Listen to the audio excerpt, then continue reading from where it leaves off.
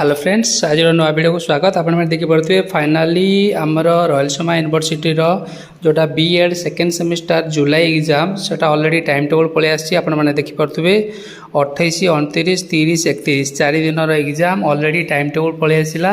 आपण मैंने clearly देखुए timing जो शेड्यूल अच्छी 2टारू आपंकर जो टाइमिंग शेड्यूल अच्छी 2टारू 5टा आउ 2टारू 3:30 जोटा 80 मार्क्स यहाँ 2टारू 5टा आउ जोटा 40 मार्क्स यहाँ 2टारू 3:30 आउ ऑलरेडी एग्जाम कहूली आपण मानू ऑलरेडी जुलाई 27 रु स्टार्ट हम बोली आउ जुलाई 28 रु ऑलरेडी एग्जाम पलि आसला। आपण मैंने देखिपे देखु रॉयल शर्मा यूनिवर्सिटी ऑलरेडी जो टाइम टेबल पलि आसने क्लीयरली देखो विजुअल करके आईटा आपड़ी मो टेलीग्राम चैनल जॉइन होता है तुरंत जॉइन हो जातु।